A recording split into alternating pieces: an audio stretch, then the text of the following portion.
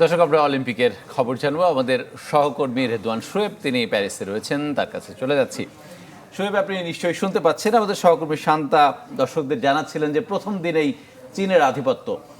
তার মানে কি এবার এই আধিপত্যের ধারাটা চীন ধরে রাখতে চাইছে কিনা? দ্বিতীয়ত, কাল বাংলাদেশের মিশন শুরু হচ্ছে, কি প্রত্যাশা করছেন?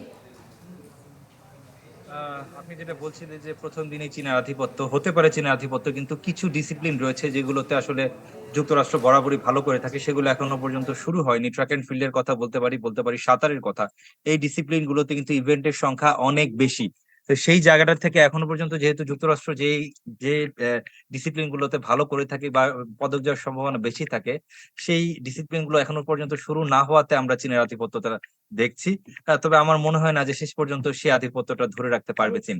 বাংলাদেশের কথা বলছিলেন, বাংলাদেশের এখনো পর্যন্ত কাল শুরু হচ্ছে, শুটিং দিয়ে শুরু হচ্ছে বাংলাদেশের আনুষ্ঠানিকভাবে অলিম্পিক অভিযান। এর আগে আমরা আর্চারিতে, যেটি ছিল র্যাঙ্কিং রাউন্ড, সেখানে 45তম হয়েছিলেন সাগর ইসলাম।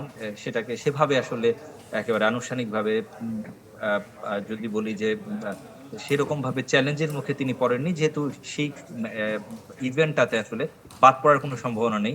এলিমিনেশন রাউন্ড যখন শুরু হবে সাগর ইসলামের, তখন বোঝা যাবে যে কি হতে পারে। সাঁতারে শুটিং এ যেটি হয়ে থাকে, শুটিং এ কিন্তু কোয়ালিফাইং রাউন্ডের পরই একেবারেই ফাইনাল রাউন্ড, অর্থাৎ 8 জন যারা পার্টিসিপেট করে থাকেন তাদের মধ্য থেকে 8 জন কিন্তু ফাইনালে খেলে থাকেন। সেই একখানটাতে কিন্তু রবিউলের সম্ভাবনা ক্ষীণই বলা যায়, কেননা রবিউলের স্কোর সাধারণত 630-29-এর মতো করে থাকেন। সেখানে কোয়ালিফাই করতে হলে 632-এর উপরে স্কোর করতে হয়, সেখানে রবিউলের সম্ভাবনা কম রয়েছে।